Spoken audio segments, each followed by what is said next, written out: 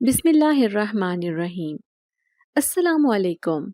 آج ہمارا اس گھر میں پہلا دن تھا اور جیسے ہی ہم اندر داخل ہوئے تو ہر طرف سے پرانی مہک اور بوسیدہ دیواروں کی اداسی نے ہمارا استقبال کیا۔ چھت سے لٹکتے جالے، دیواروں پر جگہ جگہ سے اکھڑا ہوا پلستر اور فرش پر بکھری مٹی ہمیں اس بات کا احساس دلا رہی تھی کہ زندگی نے ہمیں عرش سے اٹھا کر فرش پر لا پھینکا ہے۔ میں حیرت اور غم سے اپنے ارد گرد کا جائزہ لے رہی تھی۔ دل میں ایک خوف سا تھا کہ کیا ہم واقعی یہاں رہ سکیں گے۔ میری نگاہیں اماں کی طرف مڑ گئیں جو اپنے دونوں ہاتھوں میں میرے چھوٹے بہن بھائیوں کے ننھے سے ہاتھ تھامے کھڑی تھیں۔ میں نے سوالیہ اور دکھ بھری نظروں سے ان کی طرف دیکھا اور دھیرے سے کہا، اماں، ہم اس گھر میں کیسے رہیں گے؟ اماں نے اپنی آنکھوں میں چھپی ہوئی بے بسی کو چھپانے کی ناکام کوشش کرتے ہوئے کہا، بیٹی، اللہ یقیناً کوئی نہ کوئی راستہ ضرور نکالے گا۔ تم جلدی سے سامان کھولو اور فرش پر چادریں بچھاؤ تاکہ میں تمہارے بھائی کو لٹا سکوں۔ اسے بہت تیز بخار ہو رہا ہے۔ ان کے لہجے کی تھکن اور آنکھوں میں بے بسی واضح تھی۔ میں نے جلدی سے فرش کے ایک کونے میں چادر بچھائی اور اپنے چھوٹے بہن بھائیوں کو وہاں بٹھا دیا۔ اماں بھی ان کے ساتھ ہی بیٹھ گئیں۔ ان کے چہرے پر گہری تھکن اور مایوسی کے آثار نمایاں تھے۔ میں نے باقی سامان کھولنا شروع کیا اور ایک ایک چیز کو ترتیب سے رکھنے لگی، کیونکہ میرے دل میں یقین تھا کہ یہ جگہ اب ہمارا مستقل ٹھکانہ بننے والی ہے۔ ہماری زندگی میں کوئی دوسرا راستہ باقی نہیں بچا تھا۔ ہر طرف اندھیرا اور نامعلوم راستے تھے، اور یہ پرانی بوسیدہ چھت ہماری آخری پناہ گاہ بن گئی تھی۔ میں نے اماں کی طرف دیکھا جو دیوار سے ٹیک لگائے اپنی آنکھوں سے بہنے والے آنسوؤں کو پونچھنے کی کوشش کر رہی تھی۔ ان کے آنسو میرے دل کو چھید رہے تھے اور میں اپنے آپ کو تسلی دیتے ہوئے کہنے لگی، اماں، آپ پریشان نہ ہوں، مجھے جلد ہی کوئی نوکری مل جائے گی اور پھر ہمارے دن بدل جائیں گے۔ مگر میری باتوں کا اماں پر کوئی اثر نہیں ہوا۔ ان کی آنکھوں میں مایوسی گہری تھی، جیسے زندگی نے ان سے سب کچھ چھین لیا ہو۔ رات کا اندھیرا مزید گہرا ہو چکا تھا اور سردی کی شدت ہمارے کمزور جسموں کو مزید تھکاوٹ کا شکار بنا رہی تھی۔ ہم سب نے اپنی چادریں اوڑھ کر ایک دوسرے کے قریب بیٹھ کر رات گزارنے کی کوشش کی۔ یہ رات ہماری زندگی کی سب سے طویل رات لگ رہی تھی، اور ہر گزرتا لمحہ ہمیں یاد دلا رہا تھا کہ ہم کتنے بے سہارا ہو چکے ہیں۔ جیسے ہی صبح کا سورج نکلا، میری آنکھ کھل گئی۔ اماں نے مجھے جگاتے ہوئے کہا، ماہنور، یاسر کو بہت تیز بخار ہے۔ میں فوراً اٹھ بیٹھی اور اپنے 6 سالہ بھائی کے ماتھے پر ہاتھ رکھا۔ اس کا جسم آگ کی طرح جل رہا تھا۔ اماں نے بے بسی سے کہا، میرے پاس تو ایک پیسہ بھی نہیں بچا۔ جو آخری پیسے بچے تھے وہ کرائے والے کو دے دیے تھے۔ سامان زیادہ تھا، اس لیے کرایہ بھی زیادہ دینا پڑا۔ مجھے اپنی بے بسی پر شدید غصہ اور دکھ ہو رہا تھا۔ میں نے اماں سے کہا، میں باہر جا کر دیکھتی ہوں، شاید کوئی کام مل جائے۔ اماں نے مجھے غور سے دیکھا، پھر کہا، بیٹی، اپنے سر پر اچھی طرح چادر اوڑھ لو۔ یاد رکھنا، اپنی عزت کی حفاظت کرنا سب سے زیادہ ضروری ہے۔ ہم عزت دار لوگ ہیں، کسی بھی طرح ہماری عزت پر آنچ نہیں آنی چاہیے۔ میں نے لمبی چادر اوڑھی اور گھر سے باہر نکل آئی۔ یہ گلیاں، یہ راستے، یہ لوگ، سب میرے لیے اجنبی تھے۔ ہر طرف اجنبیت کا ماحول تھا اور میں دل ہی دل میں اپنی قسمت کو کوس رہی تھی۔ مجھے یاد آ رہا تھا کہ کس طرح چچا نے ہمارے ساتھ ظلم کیا تھا۔ انہوں نے ہم پر ذرا برابر بھی ترس نہیں کھایا اور یہ بوسیدہ مکان خرید کر دے دیا جو کسی کھنڈر سے کم نہیں تھا۔ کیا یہی ہمارے ابا کی وراثت تھی؟ چچا خود تو 2 منزلہ مکان میں اپنی بیوی اور بچوں کے ساتھ آرام دہ زندگی گزار رہے تھے، لیکن انہوں نے اپنے بھائی کی بیوہ اور یتیم بچوں کے لیے ذرا برابر بھی ہمدردی نہ دکھائی۔ میری آنکھوں میں آنسو بھر آئے اور میں سوچ رہی تھی کہ ہم نے ان کے ساتھ ایسا کیا کیا تھا کہ وہ ہمیں اس حال میں چھوڑ گئے۔ زندگی ہمیں بار بار آزمائش میں ڈال رہی تھی، لیکن میں نے فیصلہ کیا کہ میں ہار نہیں مانوں گی۔ مجھے کسی بھی طرح اپنے خاندان کے لیے ایک بہتر زندگی کا انتظام کرنا تھا، چاہے اس کے لیے مجھے کتنی ہی جد و جہد کیوں نہ کرنی پڑے۔ آدھا منہ چادر میں چھپائے میں اس سنسان سڑک پر چلتی جا رہی تھی۔ سردی نے میرے قدموں میں مزید لرزش پیدا کر دی تھی۔ دل بار بار وسوسوں میں مبتلا ہو رہا تھا کہ کہیں کوئی میرا پیچھا نہ کر رہا ہو۔ جوان لڑکی کا یوں اکیلے سڑکوں پر پھرنا خطرے سے خالی نہیں تھا، خاص طور پر ایسی جگہ جہاں سب اجنبی ہوں۔ میں نے اپنی چادر کو مزید سختی سے لپیٹ لیا۔ میرے دل میں خوف بڑھ رہا تھا اور ہر آہٹ پر میں چونک جاتی، پیچھے مڑ مڑ کر دیکھتی، لیکن یہاں تو کوئی انسان تک نظر نہیں آ رہا تھا۔ بس ہوا کی سرسراہٹ اور جھاڑیوں کی ہلکی ہلکی سی سرسراہٹ تھی جو میرے دل کو مزید خوفزدہ کر رہی تھی۔ چلتے چلتے اچانک میری نظر سڑک کے دونوں اطراف پر موجود جھاڑیوں پر گئی۔ یہ جھاڑیاں گھنی تھیں اور یوں لگ رہا تھا جیسے ان کے پیچھے کوئی تھا۔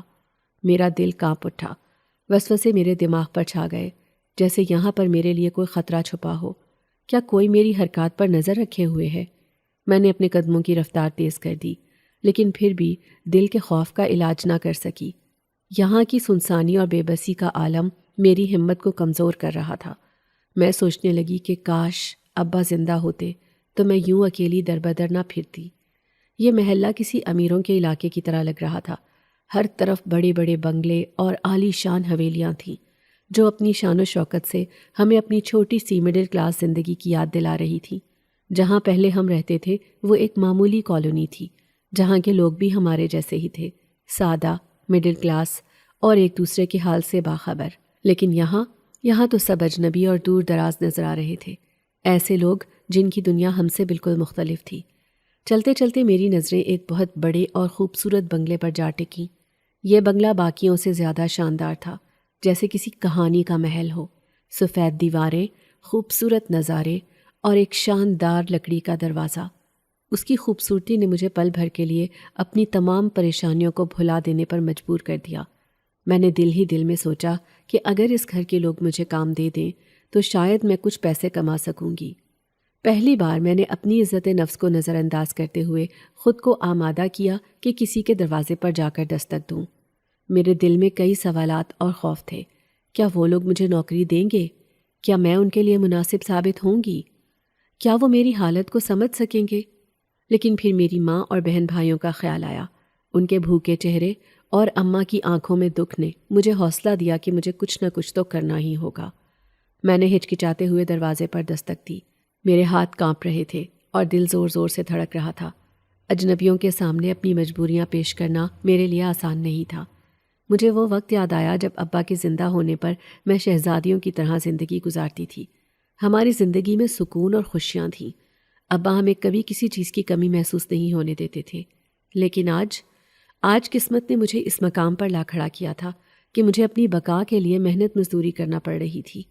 دروازے کے کھلنے کا انتظار کرتے ہوئے میں اپنے اندر ہمت جمع کر رہی تھی۔ یہ میرا پہلا تجربہ تھا کسی کے گھر کام مانگنے کا۔ میری آنکھوں کے سامنے اماں کے آنسو، بھائی کے تیز بخار اور بہن بھائیوں کی بھوک کے مناظر بار بار آ رہے تھے۔ میرے قدم پیچھے ہٹنے کو تیار نہیں تھے، کیونکہ مجھے معلوم تھا کہ اب میرے پاس واپسی کا کوئی راستہ نہیں تھا۔ یہ میرے خاندان کی بقا کی جنگ تھی اور میں اسے جیتنے کے لیے ہر قیمت ادا کرنے کو تیار تھی۔ جیسے ہی میں نے دروازے کو دھکیلا، وہ ایک چرچراہٹ کے ساتھ آہستہ آہستہ کھلتا چلا گیا۔ میرا دل خوف اور تجسس کے ملے جلے جذبات سے تیزی سے دھڑکنے لگا۔ میں نے اندر قدم رکھا تو میرا دھیان خود پر ہی تھا۔ شرمندگی کے مارے زمین پر نظریں جھکائیں، دل میں یہ سوچتے ہوئے کہ یہ کس قدر غیر اخلاقی حرکت ہے کہ میں کسی کے گھر یوں بغیر اجازت کے داخل ہو رہی ہوں۔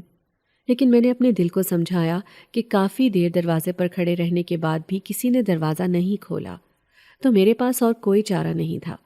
حالات نے مجھے مجبور کر دیا تھا کہ میں اپنی عزت نفس اور اخلاقیات کو وقتی طور پر ایک طرف رکھ دوں۔ میں نے جب پہلی بار اندر قدم رکھا تو حیرت سے میری آنکھیں پھٹی کی پھٹی رہ گئیں۔ یہ کوئی عام گھر نہیں تھا، بلکہ ایک وسیع و عریض حویلی تھی، جس کی شان و شوکت میرے تصور سے بھی زیادہ تھی۔ اونچی چھتیں، دیواروں پر لگے نایاب فن پارے، اللہ! میں نے حیرت سے ہر چیز کو دیکھا، لیکن دل میں یہ سوال اٹھتا رہا کہ اتنی بڑی حویلی میں کوئی کیوں نظر نہیں آ رہا؟ کیا یہاں واقعی کوئی رہتا بھی ہے یا یہ حویلی عرصہ دراز سے ویران ہے؟ خاموشی اتنی گہری تھی کہ میں اپنی سانسوں کی آواز بھی سن سکتی تھی۔ میں دبے قدموں کے ساتھ حویلی کے وسیع برآمدے سے گزرتی ہوئی اس کے بڑے سے ہال کے دروازے تک پہنچی۔ میرا مقصد صرف یہ تھا کہ کسی شخص سے بات کر کے کام کے لیے درخواست کر سکوں، لیکن ہال میں بھی مکمل خاموشی تھی۔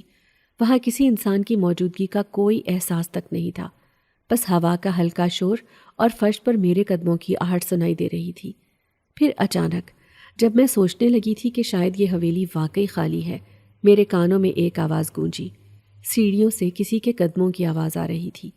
میں نے نظریں اوپر اٹھائیں تو ایک عورت کو دیکھا جو سیڑھیوں سے نیچے اتر رہی تھی۔ اس کی شخصیت بہت باروب تھی۔ وہ درمیانی عمر کی لگ رہی تھی، شاید 40 یا 45 سال کی۔ اس کے لباس سے اس کی امیری کا پتہ چل رہا تھا، لیکن اس کے چہرے پر تھوڑی پریشانی بھی تھی، جیسے وہ کسی اہم کام میں مصروف ہو یا کہیں جانے کی تیاری کر رہی ہو۔ مجھے دیکھتے ہی وہ ٹھٹک گئی۔ اس کی نظریں مجھ پر جمی ہوئی تھیں اور اس کا تجسس اس کے چہرے سے صاف جھلک رہا تھا۔ وہ نیچے آتے ہی رک گئی اور سخت لہجے میں بولی، کون ہو تم؟ یہاں کیا کر رہی ہو؟ اس کے الفاظ اور آواز کی سختی نے مجھے مزید نروس کر دیا۔ میں نے ہچکچاتے ہوئے جواب دیا، میں کام کی تلاش میں تھی۔ میرے الفاظ لڑکھڑائے، لیکن میں نے خود کو سنبھالنے کی کوشش کی۔ میرے بہن بھائی بہت چھوٹے ہیں اور ماں بیوہ ہے، مجھے کام کی سخت ضرورت ہے۔ عورت نے ایک بار پھر مجھے سر سے پاؤں تک بغور دیکھا۔ اس کی نظروں میں کچھ شک اور کچھ دلچسپی تھی۔ وہ بولی، کون سا کام کرنا آتا ہے تمہیں؟ صاف صفائی کر سکتی ہو؟ پھر اپنے پرس میں کچھ ڈھونڈنے لگی، شاید کوئی ضروری چیز۔ ایسا لگ رہا تھا کہ اسے کہیں جانے کی جلدی ہے، لیکن اس کی پریشانی واضح طور پر جھلک رہی تھی۔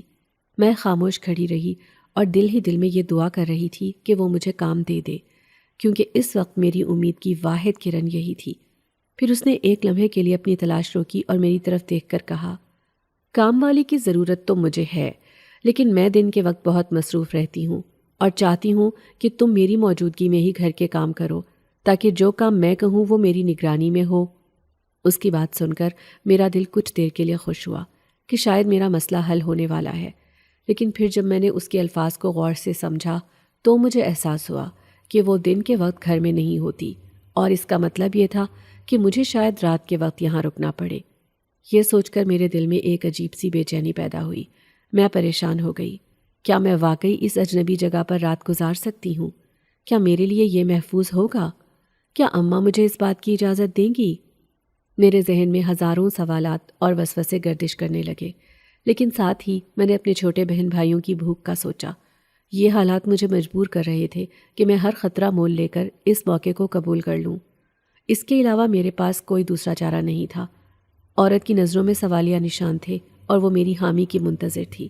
میں نے ہچکچاتے ہوئے کہا، مجھے کام کرنے میں کوئی اعتراض نہیں، لیکن میری بات مکمل ہونے سے پہلے وہ بولی، یہ لیکن چھوڑو، تمہیں کام چاہیے اور مجھے کام والی، بس۔ اس کے لہجے میں جلدی اور سختی تھی، جیسے اسے میرے جواب کا انتظار بھی نہیں تھا۔ تبھی میں نے جھجکتے ہوئے اس عورت سے کہا، میرے چھوٹے بہن بھائی اس وقت گھر پر بھوکے بیٹھے ہیں اور میری ماں ان کی فکر میں پریشان ہوگی۔ میری بات سنتے ہی وہ لمحے بھر کے لیے رکی اور پھر بولی، کوئی بات نہیں، یہ لو، ان کے لیے کچھ کھانے کا بندوبست کر لو۔ اس نے میرے ہاتھ میں 5,000 کا نوٹ تھما دیا۔ میں چند لمحے حیرت سے اسے دیکھتی رہی۔ زندگی میں پہلی بار کسی اجنبی نے اتنی سخاوت کا مظاہرہ کیا تھا۔ میری آنکھوں میں خوشی اور تشکر کے آنسو آ گئے۔ یہ لمحہ میرے لیے کسی معجزے سے کم نہ تھا۔ میں نے دھیرے سے کہا، آپ کا بہت شکریہ، آپ نے میری اتنی مدد کی، میں یہ احسان کبھی نہیں بھولوں گی۔ اس کی نرم مسکراہٹ مجھے مزید حوصلہ دے رہی تھی۔ وہ بولی، شام کو 6 بجے واپس آ جانا، میں تمہارا انتظار کروں گی، لیکن ایک بات یاد رکھنا، کسی سے ذکر نہ کرنا کہ تم یہاں نوکری کرتی ہو، سمجھ آئی؟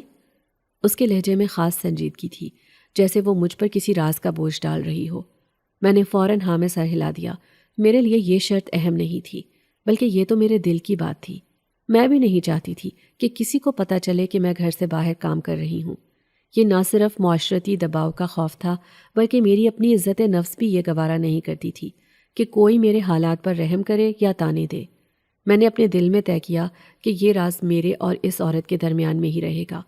پھر وہ میری جانب گہری نظروں سے دیکھنے لگی، جیسے میرے چہرے کو پڑھنے کی کوشش کر رہی ہو۔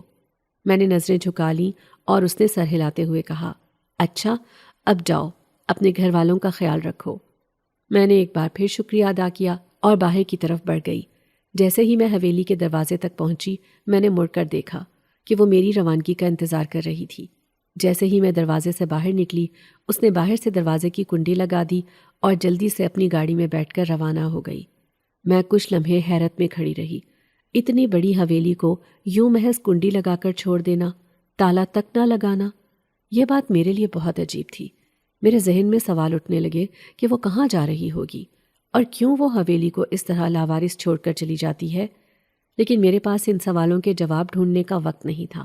میرے لیے سب سے اہم بات یہ تھی کہ میرے چھوٹے بہن بھائی بھوکے بیٹھے میرا انتظار کر رہے تھے، اور یہ 5,000 روپے اس وقت ہمارے لیے ایک نعمت سے کم نہ تھے۔ میں جلدی جلدی سڑک پار کر کے اپنے گھر کی طرف روانہ ہو گئی۔ میرا گھر یہاں سے کافی دور تھا، چلتے چلتے شاید 20 منٹ کا فاصلہ تھا، لیکن میرے دل میں خوشی اور امید کی وجہ سے یہ راستہ مختصر محسوس ہو رہا تھا۔ میں نے راستے میں دکان پر رکتے ہوئے روٹی، کچھ سبزی اور بچوں کے لیے تھوڑی سی مٹھائی خریدی۔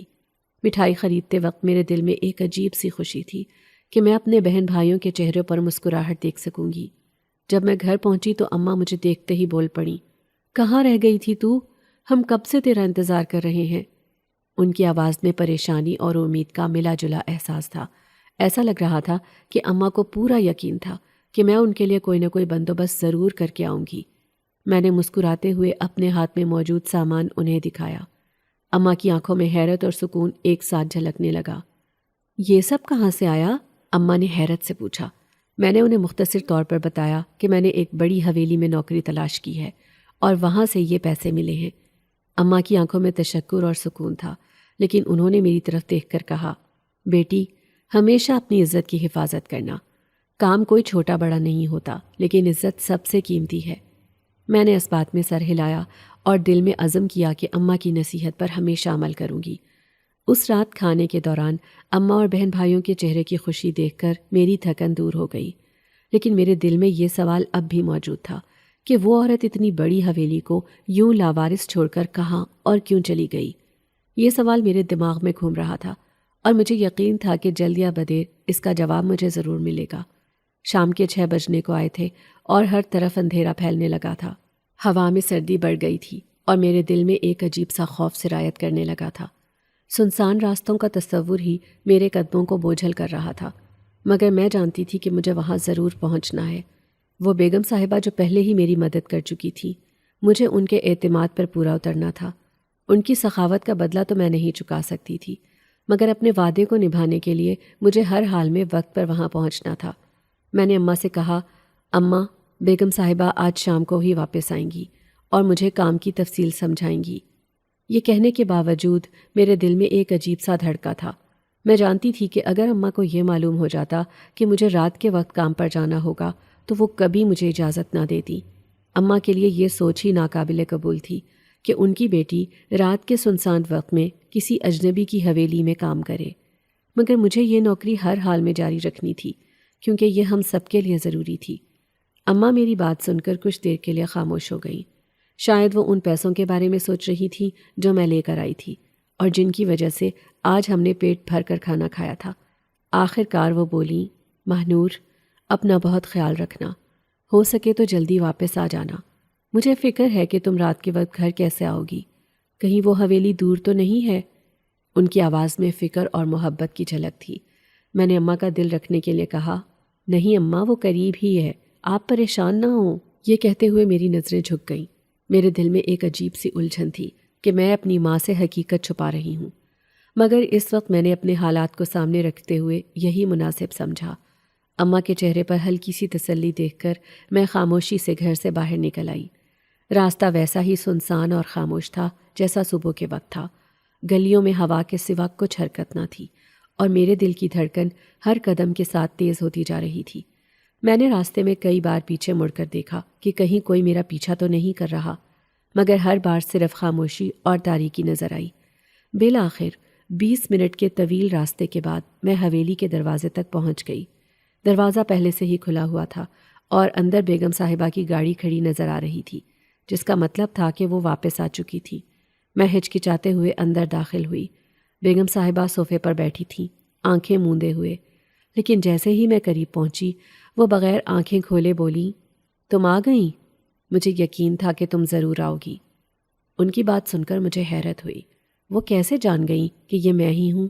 کیا وہ میری موجودگی کو محسوس کر سکتی تھیں؟ میرے دل میں ایک عجیب سا خوف سرایت کر گیا۔ انہوں نے ہاتھ کے اشارے سے مجھے دائیں جانب جانے کو کہا اور بولیں، جاؤ، وہاں کچھ کپڑے رکھے ہیں، انہیں دھو لو۔ ان کے لہجے میں سنجیدگی تھی اور میں نے کوئی سوال کیے بغیر ان کی بات مان لی۔ میں اس جانب چل پڑی اور ایک بڑے سے کمرے میں داخل ہوئی۔ وہاں جا کر مجھے احساس ہوا کہ یہ ایک بڑا سا واش روم تھا۔ کپڑے دھونے کا کام شروع کرتے ہی میں مکمل طور پر بھیگ گئی۔ سردی کی شدت بڑھ رہی تھی اور میرے گیلے کپڑوں نے میری حالت مزید خراب کر دی تھی۔ میرے دانت بجنے لگے تھے اور میرے ہاتھ کپڑے دھوتے دھوتے سن ہونے لگے تھے۔ آخر کار جب میں نے کپڑے دھو لیے تو میں نے ہمت کر کے بیگم صاحبہ سے کہا، بیگم صاحبہ میں نے تمام کپڑے دھو دیے ہیں، اب مجھے کیا کرنا ہوگا؟ انہوں نے اپنی آنکھیں کھولیں، میری طرف دیکھا اور بولیں، باہر جا کر وہ تار پر لگا دو، پھر کچھ دیر کے لیے لان میں بنے اس چھوٹے سے کمرے میں آرام کرو، جیسے ہی دن کا اجالا نکلنے لگے تم یہاں سے جا سکتی ہو۔ یہ سن کر میں چونک گئی۔ ساری رات؟ میرے ذہن میں سوال گونجا، مگر میں نے پوچھا نہیں۔ انہوں نے جیسے میرے چہرے پر لکھے سوال کو پڑھ لیا ہو۔ وہ بولیں، آدھی رات کو یہاں سے نکلنا تمہارے لیے خطرے سے خالی نہیں ہوگا۔ یہ حویلی اتنی سنسان جگہ پر ہے کہ رات کے وقت یہاں سے گزرنا کسی کے لیے بھی محفوظ نہیں۔ میں نے ان کی بات مان لی اور تار پر کپڑے پھیلانے کے بعد لان میں بنے چھوٹے کمرے میں جا کر بیٹھ گئی۔ سردی کی شدت سے میرا جسم کانپ رہا تھا اور میری سوچوں کا طوفان تھمنے کا نام نہیں لے رہا تھا۔ یہ رات میرے لیے ایک نئی آزمائش تھی اور میں سوچ رہی تھی کہ یہ حویلی اور یہ بیگم صاحبہ آخر کس راز سے پردہ اٹھائیں گی۔ سردی کی شدت سے میرا جسم تھر تھر کانپ رہا تھا اور میں سوچ رہی تھی کہ کیا اس حالت میں رات گزارنا ممکن ہوگا۔ کمرے میں ایک سنگل بیڈ موجود تھا، لیکن میرے کپڑے گیلے ہونے کی وجہ سے میں اس پر بیٹھنے سے گریز کر رہی تھی۔ مجھے ڈر تھا کہ کہیں یہ بھیگ نہ جائے اور میری پریشانی مزید نہ بڑھ جائے۔ کمرہ چھوٹا تھا مگر ترتیب سے سجا ہوا تھا، جیسے کسی نے اسے باقاعدہ استعمال کے لیے سجایا ہو۔ میرے ذہن میں سوالات اٹھ رہے تھے کہ یہ کمرہ کس کا ہے؟ کیا یہ کسی ملازم کے لیے مخصوص ہے یا بیگم صاحبہ نے خاص طور پر میرے لیے تیار کروایا ہے؟ لیکن اس وقت سردی اور تھکن نے مجھے ان سوالات پر زیادہ غور کرنے کا موقع نہ دیا۔ میں نے دیوار کے ساتھ ٹیک لگائی اور خود کو گرم رکھنے کی ناکام کوشش کرنے لگی۔ سردی کی شدت میرے حواس مفلوج کر رہی تھی۔ میں نے خود کو اس امید سے تسلی دی کہ شاید وقت گزرنے کے ساتھ میں ان حالات کی عادی ہو جاؤں گی۔ بیگم صاحبہ کی شخصیت میرے ذہن میں گردش کرنے لگی۔ ان کے بارے میں جاننا بھی باقی تھا، لیکن ان کی سنجیدہ آنکھوں اور پختہ لہجے سے یہ واضح تھا کہ وہ کوئی عام خاتون نہیں ہے۔ میں سوچنے لگی کہ ان کا شوہر کہاں ہے، ان کے بچے کیوں نظر نہیں آتے، اور یہ بڑی سی حویلی اتنی خاموش کیوں ہے۔ لیکن یہ میرا پہلا دن تھا اور شاید وقت کے ساتھ سب کچھ واضح ہو جائے۔ دیوار کے ساتھ ٹیک لگائے میں نہ جانے کب نیند کی آغوش میں چلی گئی، لیکن جب اچانک میری آنکھ کھلی تو کمرے کی حالت بالکل بدل چکی تھی۔ میرے سامنے آگ جل رہی تھی اور کمرہ گرم ہو چکا تھا۔ یہ گرمی میرے جسم کو سکون بخش رہی تھی اور سردی کے تھپیڑوں نے پیچھے ہٹنا شروع کر دیا تھا۔ میں حیرانی سے ادھر ادھر دیکھنے لگی، لیکن کمرے میں میرے علاوہ اور کوئی بھی نہیں موجود تھا۔ یہ آگ کس نے جلائی؟ یہ سوال میرے دماغ میں بار بار گونج رہا تھا۔ دروازہ اب بھی بند تھا اور ایسا لگتا تھا کہ کمرے میں کوئی آیا ہی نہیں۔ میں نے سوچا کہ شاید بیگم صاحبہ نے کسی ملازم کو بھیجا ہو تاکہ میرا خیال رکھا جا سکے، لیکن دل کے کسی کونے میں یہ شک بھی پیدا ہو رہا تھا کہ معاملہ اتنا سیدھا نہیں ہے۔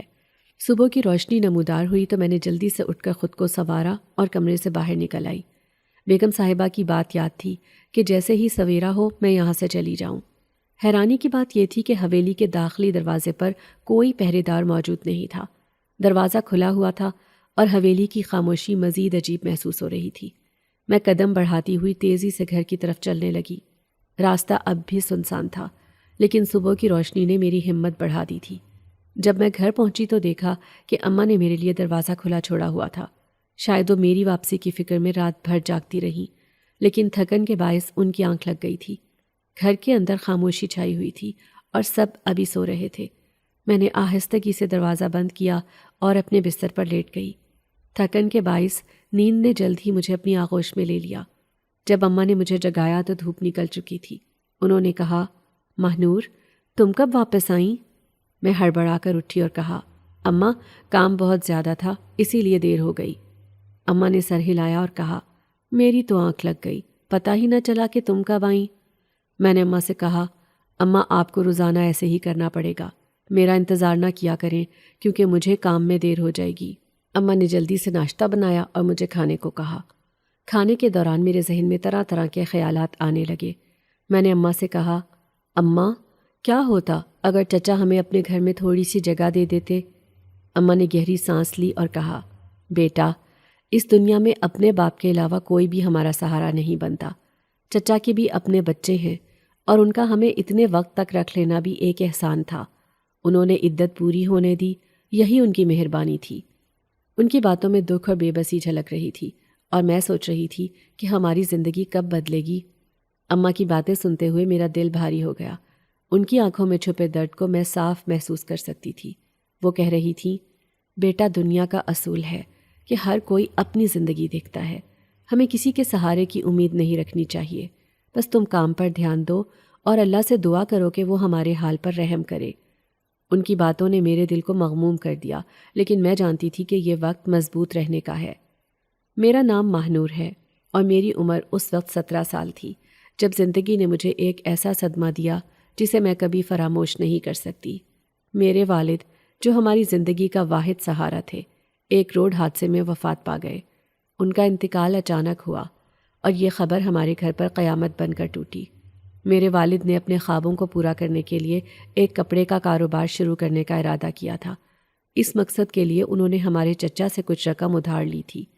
وہ ایک سادہ، محنتی اور ایماندار انسان تھے اور ہمیشہ کہتے تھے کہ یہ کاروبار ہمیں ایک خوشحال زندگی دے گا۔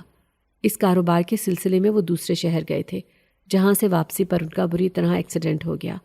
حادثہ اتنا شدید تھا کہ وہ موقع پر ہی جاں بحق ہو گئے۔ ہمیں ان کی لاش موصول ہوئی اور وہ لمحہ ہماری زندگی کا سب سے تکلیف دہ لمحہ تھا۔ اماں کی چیخیں اور ہماری بے بسی آج بھی میرے کانوں میں گونجتی ہے۔ ہم نے بمشکل ان کی تدفین کے انتظامات کیے۔ میرے والد کا جانا صرف ایک ذاتی نقصان نہیں تھا، بلکہ ہماری زندگی کی بنیاد ہل گئی تھی۔ ان کی موت کے بعد ہمارے مسائل میں مزید اضافہ ہو گیا تھا۔ چچا جنہوں نے ہمیں پیسہ دیا تھا، ان کا رویہ ہمارے لیے بدل گیا۔ تدفین کے بعد انہوں نے میرے سوتیلے ماموں سے کہا کہ وہ ہماری کفالت کریں، کیونکہ اماں کا ان کے ساتھ رہنا مناسب نہیں تھا، لیکن ماموں نے صاف انکار کر دیا۔ انہوں نے کہا کہ ان کے پاس اپنی بیوی اور بچوں کے لیے بھی وسائل محدود ہیں اور وہ ہمیں سنبھالنے کی گنجائش نہیں رکھتے۔ میرے والد کیونکہ گھر کا آدھا حصہ بیچ کر کاروبار کے لیے رقم لے چکے تھے، اس لیے ہمارے پاس اب رہنے کے لیے کوئی جگہ نہیں تھی۔ چچا نے کچھ دنوں تک ہمارے لیے اپنی چھت مہیا کی، لیکن ان کی بیوی جو کہ ایک سخت اور خود غرض خاتون تھی، ہمیں اپنے گھر میں برداشت کرنے کے لیے تیار نہیں تھی۔ ان کا رویہ اتنا تلخ تھا کہ اماں کو اکثر آنسو بہاتے دیکھا۔ ان کی بے بسی اور دکھ میرے دل کو چھلنی کر دیتے تھے، لیکن ہم بے بس تھے۔ آخر کار اماں کی عدت مکمل ہونے کے بعد چچا نے ہمارے لیے ایک گھر کا انتظام کیا۔ یہ 2 کمروں کا ایک چھوٹا سا مکان تھا جو کہ ایک اچھے علاقے میں واقع تھا۔ انہوں نے کہا کہ یہ مکان اب ہمارا ذاتی ہوگا اور ہمیں اس کا کرایہ ادا نہیں کرنا پڑے گا۔ اگرچہ یہ ایک بڑی نعمت تھی، لیکن حقیقت یہ تھی کہ یہ بھی انہی کی مہربانی تھی جس کے لیے ہم ان کے شکر گزار تھے۔ چچا نے ہمیں مدد دی، لیکن ان کے رویے میں وہ گرم جوشی نہیں تھی جو ہم پہلے محسوس کرتے تھے۔ اب مسئلہ یہ تھا کہ گھر تو مل گیا، لیکن روزمرہ کے اخراجات کے لیے رقم کہاں سے آئے گی؟ اماں جو کہ اب تک صرف ایک گھریلو خاتون تھی، بہت پریشان تھی۔ میں نے ان کی پریشانی کو سمجھا اور سوچا کہ اب وقت آ گیا ہے کہ میں کچھ کروں۔ میری تعلیم میٹرک تک محدود تھی اور میں نے ہمیشہ کالج جانے کا خواب دیکھا تھا۔ بابا نے وعدہ کیا تھا کہ جیسے ہی ان کا کاروبار چل پڑے گا وہ مجھے کالج میں داخلہ دلوائیں گے، لیکن ان کے جانے کے بعد ہمارے خواب بھی بکھر گئے۔ اماں کے چہرے پر دکھ اور بے بسی کے آثار نمایاں تھے اور میرے بہن بھائیوں کی آنکھوں میں معصومیت کے ساتھ خوف بھی تھا۔ وہ بھی سمجھ چکے تھے کہ ہمارے حالات بدل چکے ہیں۔ میں نے فیصلہ کیا کہ اپنی تعلیم کو کچھ وقت کے لیے مؤخر کر کے کہیں نوکری تلاش کروں تاکہ گھر کے اخراجات میں اماں کا ہاتھ بٹا سکوں۔ لیکن نوکری کہاں اور کیسے ملے گی؟ یہ سوال میرے ذہن میں بار بار گونجتا رہتا۔ اماں نے بھی میرے اس فیصلے کی تائید کی، لیکن ان کی آنکھوں میں چھپے آنسو صاف ظاہر کر رہے تھے کہ وہ مجھ پر آنے والی اس ذمہ داری سے دل گرفتہ ہیں۔ مجھے معلوم تھا کہ یہ سفر آسان نہیں ہوگا۔ ہمیں نہ صرف مالی مسائل کا سامنا تھا، بلکہ ایک معاشرتی دباؤ بھی ہمارے لیے ایک چیلنج تھا۔ میں نے تہیہ کیا کہ میں اپنی تمام تر ہمت اور عزم کے ساتھ ان حالات کا مقابلہ کروں گی۔ اب مجھے اپنے خوابوں کو قربان کر کے اپنے گھر کی ذمہ داری اٹھانی تھی۔ مجھے اس حویلی میں کام شروع کیے کچھ دن ہی گزرے تھے کہ میں نے وہاں کے عجیب ماحول کو محسوس کرنا شروع کر دیا۔ پہلے دن ہی جب بیگم صاحبہ نے مجھے 5,000 روپے دیے تھے، میں نے ان سے تنخواہ کا ذکر کرنا مناسب نہیں سمجھا۔ اماں نے جب ان پیسوں سے گھر کے لیے دوا اور راشن لیا تو یاسر کا بخار اتر چکا تھا۔ اماں نے کہا، بیٹی یہ بہت اچھا ہوا کہ تمہیں یہ کام مل گیا۔ تمہارے دیے ہوئے پیسوں سے ہم نے نہ صرف دوا خریدی بلکہ کچھ کھانے پینے کا سامان بھی لے لیا، لیکن اگر ممکن ہو تو بیگم صاحبہ سے کہنا کہ گھر کا بچا ہوا کھانا ہمیں دے دیا کریں تاکہ کچھ اور بھی بچت ہو سکے۔ میں اماں کو کیسے بتاتی کہ میں رات کے وقت گھر واپس پہنچتی ہوں جب سب لوگ سو چکے ہوتے ہیں؟ اماں کو تسلی دیتے ہوئے میں نے کہا، میں ان سے بات کرنے کی کوشش کروں گی، شاید وہ میری بات مان لے۔ لیکن میرے دل میں ایک عجیب سی بے چینی تھی، جیسے اس حویلی کے ماحول میں کچھ نہ کچھ غیر معمولی تھا جو مجھے سمجھ نہیں آ رہا تھا۔ شام کے قریب جب میں کام کے لیے نکلنے لگی تو ایک عجیب سی تھکاوٹ نے میرے جسم کو جکڑ لیا۔ ایسا محسوس ہو رہا تھا جیسے میرے قدم بوجھل ہو گئے ہوں، لیکن زندگی کی تلخ حقیقتیں مجھے پیچھے ہٹنے کی اجازت نہیں دیتی تھیں۔ میں چلتے چلتے حویلی پہنچی اور جیسے ہی اندر قدم رکھا، ایک عجیب اور ناقابل برداشت بدبو نے میرا استقبال کیا۔ یہ بدبو اتنی تیز تھی کہ میرے دماغ میں ہلچل مچ گئی۔ حویلی کے اندر قدم رکھتے ہی مجھے ایک خوفناک خاموشی نے گھیر لیا۔ ہر طرف سناٹا تھا اور ایسا لگ رہا تھا جیسے یہ جگہ وقت کے ساتھ بھٹک چکی ہو۔ میں حویلی کے ہال میں جا کر بیٹھ گئی اور بیگم صاحبہ کا انتظار کرنے لگی۔ اچانک مجھے کسی کے آہستہ آہستہ رونے کی آواز سنائی دی۔ یہ آواز اتنی غیر معمولی تھی کہ میرے رونگٹے کھڑے ہو گئے۔ آواز ایسی تھی جیسے کوئی اندرونی دکھ میں ڈوبا ہوا ہو اور اپنی تکلیف کو چھپانے کی کوشش کر رہا ہو۔ میں فوراً اپنی جگہ سے اٹھ گئی اور ارد گرد دیکھنے لگی۔ دل زور زور سے دھڑکنے لگا تھا۔ میرے قدم غیر ارادی طور پر سیڑھیوں کے قریب بڑھنے لگے جب اچانک بیگم صاحبہ سیڑھیوں سے اترتی ہوئی دکھائی دی۔ آج ان کا چہرہ پہلے سے زیادہ تھکا ہوا اور بوجھل لگ رہا تھا۔ ان کی آنکھوں کے گرد سیاہ حلقے اور چہرے پر ایک گہری پریشانی صاف دکھائی دے رہی تھی۔ انہوں نے مجھے دیکھ کر ہلکا سا مسکرا کر کہا، ارے ماہنور، تم آ گئیں، بہت اچھا ہوا۔ پھر انہوں نے مجھ سے کہا، ایک کام کرو، آج پوری حویلی کی اچھی طرح صفائی کرنی ہے، خاص طور پر فرش کو خوب چمکا دینا، دیکھ رہی ہو کتنی بدبو ہو رہی ہے۔ میں نے اس بات میں سر ہلایا، لیکن میرے دل میں ایک عجیب سی الجھن پیدا ہو چکی تھی۔ انہوں نے مزید کہا، ویسے تو میں ابھی ابھی واپس آئی تھی، لیکن ایک ایمرجنسی میں مجھے پھر جانا پڑ رہا ہے۔ میں رات کے 12 بجے تک گھر آ جاؤں گی، لیکن تب تک تمہیں کہیں جانا نہیں ہے۔ کام مکمل کرنے کے بعد اپنے کمرے میں جا کر لیٹ جانا اور حویلی کا دروازہ بند کر دینا۔ میں نے ان کے حکم کو قبول کیا اور کام میں لگ گئی۔ سب سے پہلے میں نے واش روم کا رخ کیا اور بڑے بڑے پردے دھونے شروع کیے۔ پردے دیکھ کر میں چونک گئی۔ ان پر عجیب قسم کے سرخ دھبے تھے، جیسے کسی چیز کے خون کے نشان ہوں۔ یہ منظر میرے لیے نہایت خوفناک تھا، لیکن میں نے خود کو سمجھایا کہ شاید یہ دھبے کسی اور چیز کے ہوں گے۔ میں نے پردوں کو اچھی طرح دھو کر صاف کیا اور تار پر لٹکانے لگی۔ پھر میں فرش کی صفائی میں مصروف ہو گئی۔ جیسے ہی میں نے فرش پر پانی ڈال کر صاف کرنا شروع کیا، مجھے محسوس ہوا جیسے فرش پر کسی بھاری چیز کو گھسیٹا گیا ہو۔ ان نشانوں میں ایک عجیب سی وحشت تھی، جیسے کچھ ایسا ہوا ہو جسے چھپانے کی کوشش کی جا رہی ہو۔ جگہ جگہ خون کے دھبے بھی نظر آئے، جنہیں دیکھ کر میرا دل کانپ گیا۔ میں نے ہمت جٹائی اور ان دھبوں کو صاف کرنے لگی۔ کام کرتے کرتے میرا ذہن بار بار ان عجیب نشانات اور بدبو کی طرف جاتا رہا۔ دل میں کئی سوالات اٹھنے لگے۔ یہ پردے خون سے رنگے کیوں تھے؟ فرش پر یہ نشانات کس چیز کے تھے؟ اور اس حویلی میں اتنی شدید بدبو کی وجہ کیا تھی؟ لیکن میں نے اپنے کام پر توجہ مرکوز رکھنے کی کوشش کی اور دل کو تسلی دی کہ شاید میں ضرورت سے زیادہ سوچ رہی ہوں۔ رات کے اندھیرے میں حویلی کی خاموشی مزید گہری ہو گئی تھی اور میں خوف کے سائے میں کام کرتی رہی۔ میرے دل میں ایک ہی دعا تھی، اللہ کرے یہ رات خیر و عافیت سے گزر جائے۔ صفائی کا کام مکمل کرتے کرتے رات کافی گزر چکی تھی۔ حویلی کی گہری خاموشی اور اس میں پھیلی عجیب سی وحشت میرے دل پر بوجھ ڈال رہی تھی۔ میں بار بار سوچتی کہ آخر اس حویلی میں کیا راز چھپا ہے۔ خون کے دھبے، بدبو اور وہ آہستہ رونے کی آوازیں، سب کچھ غیر معمولی لگ رہا تھا، لیکن میرے پاس ان سب باتوں کو نظر انداز کرنے کے سوا کوئی راستہ نہیں تھا۔ میں نے جا کر کمرے کا دروازہ بند کر لیا، لیکن اس کمرے میں بھی سکون نہ تھا۔ کمرے کی دیواروں پر وقت کے گہرے نشان تھے اور ایک عجیب سی سردی محسوس ہو رہی تھی، حالانکہ موسم اتنا ٹھنڈا نہیں تھا۔ میں بستر پر لیٹ گئی، لیکن نیند آنکھوں سے کوسوں دور تھی۔ ذہن میں بار بار وہ خون آلود پردے، بدبودار فرش اور رونے کی آوازیں گونجتی رہیں۔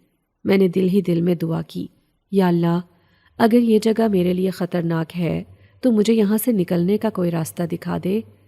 مگر اگلے ہی لمحے میں نے اپنی ماں اور بہن بھائیوں کے چہرے یاد کیے اور سوچا کہ اگر میں نے یہ کام چھوڑ دیا تو ہم کہاں جائیں گے۔ رات آہستہ آہستہ گزر رہی تھی اور میں خوف اور پریشانی کے عالم میں کروٹیں بدلتی رہی۔ باہر کے دروازے پر کبھی کبھار ہلکی سی آہٹ سنائی دیتی اور میں مزید ڈر جاتی۔ حویلی کی فضا میں ایک عجیب سا دباؤ محسوس ہو رہا تھا، جیسے یہ جگہ اپنی کہانی سنانے کے لیے بے چین ہو۔ لیکن اس کہانی کے کردار کون تھے اور میں اس کہانی کا حصہ کیوں بن گئی تھی؟ یہ سوالات میرے ذہن میں گردش کرتے رہے۔ اچانک دروازے پر ایک ہلکی سی دستک ہوئی۔ میرا دل تھک سے رہ گیا۔ میں نے سوچا، یہ اس وقت کون ہو سکتا ہے؟ بیگم صاحبہ تو 12 بجے تک واپس آنے والی تھیں، لیکن یہ وقت تو ابھی بہت کم تھا۔ میں نے ہچکچاتے ہوئے دروازہ کھولا۔ دروازے کے پیچھے ایک سایہ سا دکھائی دیا، لیکن جیسے ہی میں نے قریب جا کر دیکھا وہاں کوئی نہیں تھا۔ مجھے ایسا لگا جیسے میرے ذہن کے ساتھ کھیل کھیلا جا رہا ہو۔ میں نے فوراً دروازہ بند کیا اور اللہ کا نام لے کر لیٹ گئی۔ میرے دل میں ایک ہی بات تھی کہ صبح کا اجالا ہو تو میں بیگم صاحبہ سے اس حویلی کے بارے میں ضرور بات کروں گی۔ یہ رات میرے لیے نہایت خوفناک تھی۔ ہر لمحہ مجھے ایسا لگا جیسے کوئی مجھے دیکھ رہا ہو، جیسے اس حویلی کی دیواروں کے پیچھے کچھ ایسا چھپا ہو جو ظاہر ہونے کے لیے بے چین ہو۔ لیکن میں نے ہمت نہیں ہاری۔ میں نے اپنے دل میں فیصلہ کر لیا تھا کہ چاہے کچھ بھی ہو، میں اپنی ماں اور بہن بھائیوں کے لیے اس خوف کو برداشت کروں گی۔ لیکن یہ رات میرے اندر بہت سے سوال چھوڑ گئی تھی، جن کے جواب شاید آنے والے دنوں میں ملتے۔ جیسے ہی میرا بدن تھکن سے چور ہو چکا تھا اور بھوک کی شدت نے مجھے نڈھال کر دیا تھا، اچانک ایک نرم قدموں کی چاپ سنائی دی۔ میں نے حیرانی سے سر اٹھایا تو دیکھا کہ ایک نوجوان شخص میرے سامنے کھڑا تھا، ہاتھ میں ایک خوبصورت تھال لیے ہوئے جس میں کھانے کی خوشبو تھی۔ وہ بغیر کچھ کہے میرے قریب آیا اور تھال میرے سامنے رکھ دیا۔ اس کی آنکھوں میں ایک عجیب سی چمک تھی، جیسے وہ میری حالت کو مکمل طور پر سمجھ چکا ہو۔ یہ کھاؤ، اس نے نرمی سے کہا، تمہیں بھوک لگی ہوگی۔ میں نے حیرت سے اسے دیکھا اور پوچھا، آپ کون ہیں اور آپ کو کیسے معلوم کہ مجھے اس وقت بھوک ستا رہی ہے؟ وہ مسکرایا اور اس کی مسکراہٹ میں ایک عجیب سی کشش تھی۔ میں نے دیکھا ہے کہ تم کتنا زیادہ کام کرتی ہو۔ کوئی اور ہوتا تو اب تک یہ جگہ چھوڑ چکا ہوتا، لیکن تم نے ہمت دکھائی ہے۔ شاید اسی لیے تمہاری مدد کرنا میرا فرض بن گیا ہے۔ میں نے کھانے کی طرف دیکھا۔ بھوک کے باوجود میرے دل میں ایک عجیب سی ہچکچاہٹ تھی، لیکن اس کی باتوں میں اتنی نرمی اور خلوص تھا کہ مجھے خود پر قابو پانے میں مشکل ہو رہی تھی۔ میں نے دھیرے سے ایک نوالا لیا اور کھانے کا ذائقہ محسوس کیا تو ایسا لگا جیسے میری تمام تھکن ایک لمحے میں ختم ہو گئی ہو۔ وہ بیٹھ گیا اور میرے ساتھ باتیں کرنے لگا۔ اس نے کہا، یہ حویلی عجیب ہے، یہاں کئی راز چھپے ہیں، لیکن تمہاری ہمت دیکھ کر مجھے لگتا ہے کہ تم ان تمام مشکلات کا سامنا کر سکتی ہو۔ اس کی باتوں میں ایک عجیب سی اپنائیت تھی، جیسے وہ مجھے بہت عرصے سے جانتا ہو۔ وہ کہنے لگا، تم جیسی لڑکیاں بہت کم ہوتی ہیں جو نہ صرف اپنی زندگی کی جنگ لڑتی ہیں بلکہ اپنے گھر والوں کے لیے بھی سب کچھ برداشت کرتی ہیں۔ ہم کافی دیر تک باتیں کرتے رہے اور میں محسوس کر رہی تھی کہ اس کی موجودگی میرے لیے نہ صرف سکون کا باعث تھی بلکہ میری ہمت کو بھی بڑھا رہی تھی۔ لیکن میرے دل میں یہ سوال بار بار اٹھ رہا تھا، یہ کون ہے اور یہ میرے بارے میں اتنا کچھ کیسے جانتا ہے؟ اس رات اس کی باتوں نے مجھے ایک نیا حوصلہ دیا۔ ایسا لگا جیسے میری تمام تھکن اور بھوک مٹ چکی ہو اور میرے اندر نئی توانائی بھر گئی ہو۔ میں اس سے کہنے لگی، تم کب سے یہاں پر رہ رہے ہو؟ اس نے کہا، کئی سالوں سے۔ پھر میں اس سے کہنے لگی کہ پہلے تو تمہیں میں نے یہاں نہیں دیکھا۔ اس نے کہا لگایا اور ہنس کر بولا، کیسے نظر آتا؟ وہ ظالم عورت مجھے قید میں رکھتی ہے۔ آج وہ اتنی جلدی میں تھی کہ مجھ پر عمل کرنا بھول گئی تاکہ میں نظر نہ آ سکوں، لیکن میں ابھی اس کی قید میں ہوں۔ میں اس حویلی سے باہر نہیں جا سکتا۔ قید؟ کیسی قید؟ مالکن تو بہت رحم دل ہیں، وہ ایسی لگتی تو نہیں کہ کسی کو قید کریں۔ تبھی وہ لڑکا جس نے اپنا نام زوہان بتایا تھا کہنے لگا، ارے اس کی شکل و صورت اور مہربانی پر مت جاؤ، یہ بہت لالچی عورت ہے، اس نے اپنے شوہر کو بھی نہیں بخشا۔ اگر تمہیں یقین نہیں آتا تو میرے ساتھ چلو۔ زوہان کی باتوں نے میرے 14 طبق روشن کر دیے۔ مجھے سمجھ نہیں آ رہا تھا کہ میں بیگم صاحبہ پر یقین کروں یا پھر زوہان پر، جو کہ میرے لیے ابھی تک ایک اجنبی شخص تھا۔ مجبوراً میں اس کے پیچھے پیچھے چلنے لگی۔ وہ ایک راہداری سے مجھے اندر لے گیا۔ ایک کمرے کا دروازہ کھولا جس میں بہت سارے خرگوش مرے پڑے تھے، سفید پردے بچھائے گئے تھے۔ وہ ہنس کر کہنے لگا، یہی وہ پردے ہیں جو تم روزانہ دھوتی ہو اور یہ عورت ان پر عملیات کرتی ہے۔ میری آنکھیں حیرت سے پھیل گئیں۔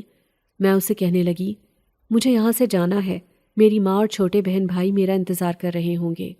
وہ کہنے لگا، اب تم بھی اس کے جال میں پھنس چکی ہو۔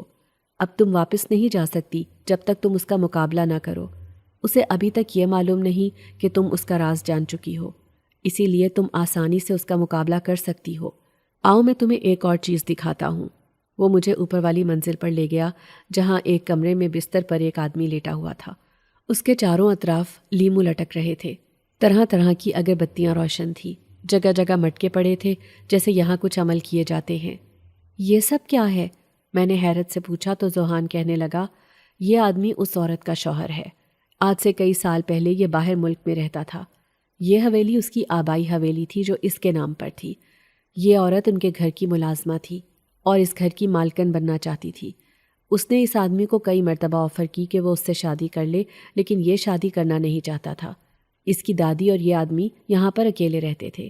یہ ہر ہفتے آتا، اپنی دادی کو دیکھ کر واپس چلا جاتا۔ یہ عورت اس کی دادی کی خدمت کے لیے یہاں پر رکھی گئی تھی اور ایک بھاری بھرکم تنخواہ وصول کرتی تھی، لیکن پھر بھی اس کا پیٹ نہیں بھرا۔ اس نے اس شخص سے کہا کہ یہ یہاں سے واپس نہیں جانا چاہتی، یہیں رہنا چاہتی ہے۔ وہ اس سے نکاح کرے، پھر خود دوسرے ملک چلا جائے۔ یہ شخص نہیں مانا۔ اتنے بڑے شہر میں پڑھنے والا باعزت شخص ایک کام والی ماسی سے بھلا کس طرح سے شادی کر سکتا تھا؟ اس عورت کو یہ خوف تھا کہ اب اگر اس کی نوکری چلی گئی تو اس کا ماموں اسے کسی ان پڑھ اور جاہل کے ساتھ بیاہ دے گا۔ جو عیش و عشرت والی زندگی اس نے گزاری تھی، یہ اب بھی اسی میں رہنا چاہتی تھی۔ پھر اس نے ایک عامل سے کچھ عمل سیکھے، اس شخص کو بلا لیا، اس کا دماغ معاف کر کے زبردستی اس سے نکاح کیا اور سب سے کہا کہ اس کی شادی ہو گئی ہے۔ اس کی حویلی اور اس کا سارا پیسہ اس نے اپنے نام پر لکھوا لیا۔ اس آدمی کا کاروبار جو کہ باہر ملک میں منتقل تھا، اس کی تمام رقم سالانہ سال اسے ملتی رہتی ہے، لیکن اس کے لیے روزانہ دن کے وقت اس پر 6 گھنٹے کا عمل کرنا پڑتا ہے۔ روزانہ یہ کئی خرگوش ذبح کر کے بلی چڑھاتی ہے اور شیطان کو راضی کرتی ہے تاکہ اس کا شوہر بھی زندہ رہے۔ اسے کہیں انگوٹھا وغیرہ لگوانا پڑتا ہے اور اس کا دماغ بھی مکمل طور پر اس کے کہے کے مطابق چلے۔ میں ایک جن زادہ ہوں۔ اس نے مجھے اپنے شیطانی عمل سے قید کیا ہے۔ یہ عورت بہت خطرناک ہے۔ اب تم اس حویلی میں قدم رکھ چکی ہو تو تمہیں بہت محتاط رہنا ہوگا۔ یہ ساری باتیں سن کر میرا سر گھوم گیا تھا۔ مجھے سمجھ نہیں آ رہا تھا کہ مجھے یہاں سے نکل جانا چاہیے یا پھر ان سب کی مدد کرنی چاہیے۔ ذوحان نے کہا کہ تم کل جب یہاں سے جاؤ گی تو 7 مرتبہ سورج جن پڑھ کر وہ پانی لانا، جسے پی کر میں آزاد ہو جاؤں گا، اور پھر اس عورت کے شوہر کو بھی اپنی طاقت سے آزاد کروا کر اس کا کھیل ختم کر دوں گا۔ میں ساری رات اسی بارے میں سوچتی رہی۔ پھر جیسے ہی دن کا اجالا ہوا تو میں فوراً گھر کے لیے نکل آئی۔ رات کو اس عورت نے میرے ہاتھ میں 10,000 روپے تھمائے تھے، جن سے مجھے نفرت محسوس ہو رہی تھی۔ میں نے آ کر وہ پیسے اماں کو دیے، پھر غسل کیا، خوشبو لگائی اور کلام پاک لے کر بیٹھ گئی۔ میں نے 7 مرتبہ سورج جن کا وظیفہ کیا اور پانی پر دم کر کے رکھ دیا۔ شام میں چپکے سے حویلی میں داخل ہوئی اور وہ پانی اپنے کمرے میں رکھ آئی اور پھر کام میں مشغول ہو گئی۔ بیگم صاحبہ کافی خوش نظر آ رہی تھی۔ کہنے لگی، کتنی صابر لڑکی ہو تم، اف تک نہیں کرتی۔ تم سے پہلے 2 ملازماؤں کو رکھا تھا، ان کو یہ کام زیادہ لگتا تھا، وہ چھوڑ کر چلی گئی، لیکن تم چھوڑ کر نہ جانا۔ میں نے مسکرا کر کہا، نہیں بیگم صاحبہ، مرتے دم تک اس حویلی کا ساتھ نبھاؤں گی، وعدہ ہے آپ سے۔ یہ سن کر اس نے اپنے پرس سے 5-5 ہزار کے کچھ نوٹ نکالے اور مجھے دے دیے۔ تھوڑی ہی دیر گزری تھی کہ اچانک باہر تیز ہواؤں کا شور ہوا۔ بیگم صاحبہ کے چہرے پر خوف چھانے لگا اور ان کے منہ سے نکلا، ذوحان آزاد ہو گیا؟ کیسے؟ اتنی دیر میں ذوحان اندر داخل ہوا تو بیگم صاحبہ بے ہوش ہو کر گر پڑی۔ دیکھتے ہی دیکھتے وہ ایک دھوئیں میں تحلیل ہو گئی۔ ذوحان نے مسکرا کر میری طرف دیکھا اور کہا، اب سب ٹھیک ہو جائے گا، یہ ختم ہو چکی ہے۔ تھوڑی دیر بعد ایک شخص جو بہت کمزور حالات میں تھا نیچے آیا، ہمارا شکریہ ادا کیا۔ اس نے ذوحان سے کہا کہ یہ حویلی میں تم دونوں کے نام کرتا ہوں اور میرا وعدہ ہے کہ اس لڑکی کے خاندان کی ساری ذمہ داری اب میں اٹھاؤں گا۔ اس نے میری زندگی بچائی ہے۔ یہ کہہ کر وہ چلا گیا۔ ذوحان نے کہا، کبھی کسی چیز کی ضرورت ہو تو مجھے یاد کرنا، میں تمہاری غیبی مدد کروں گا۔ یوں میں اپنے بہن بھائیوں کے ساتھ اس حویلی میں آسائشوں بھری زندگی گزارنے لگی۔ اگر آپ کو آج کی ہماری کہانی پسند آئی ہے تو اسے لائک کیجیے اور اپنے پیاروں کے ساتھ شیئر کیجیے، اور ہاں، اگر آپ نے ابھی تک ہمارا چینل سبسکرائب نہیں کیا تو ضرور کیجیے۔ ملتے ہیں کل ایک نئی اور دلچسپ کہانی کے ساتھ۔ تب تک کے لیے اللہ حافظ۔